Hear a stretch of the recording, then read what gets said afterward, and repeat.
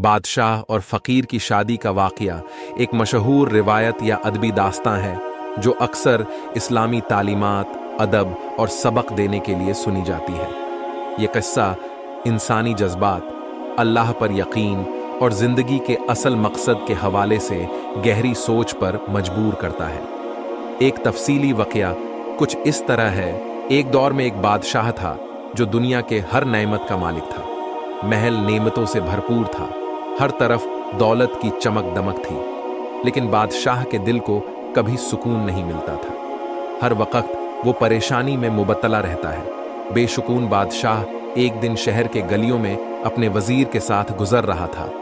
तब अचानक उसकी नज़र एक फ़कीर औरत पर पड़ी जो एक मिट्टी के घर के सामने बैठी हुई तस्बीह पर अल्लाह का जिक्र कर रही थी। उसके चेहरे पर एक अजीब नूर और सुकून था। बादशाह उसे देख के ठहर गया और उसके पास जाके उस फ़कीर औरत से पूछा, तू यहाँ अकेली रहती है, तेरे पास ना घर है ना दौलत, फिर तू इतनी खुश कैसे रहती है?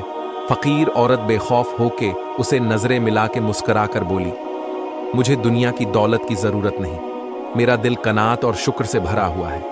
हर दिन जो कुछ अल्लाह देता है उसी पर गुजारा करती हूँ। मुझे सुकून अल्लाह के जिक्र और तवक्कुल में मिलता है, ना कि मालो दौलत में।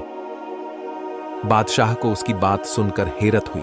वो सारी रात इस बात पर सोचता रहा। उसने देखा कि उस औरत के पास कुछ भी नहीं था, लेकिन उसका नूर और सुकून बादशाह के तमाम असबाब से रब-अदा कर था। दूसरे दिन फिर बादशाह उस फ़कीर औरत के पास गया और उसने बोला, मैं चाहता हूं कि तू मेरे महल में मेरे साथ शादी करके रहे। तुझसे मुझे जिंदगी के असली मकसद और खुशी का दरस मिला है।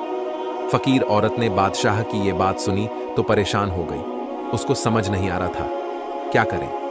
उसने बादशाह से शादी करने का इनकार किया। बादशाह ने जब उससे पूछा तब उसने एक शर्त रखी।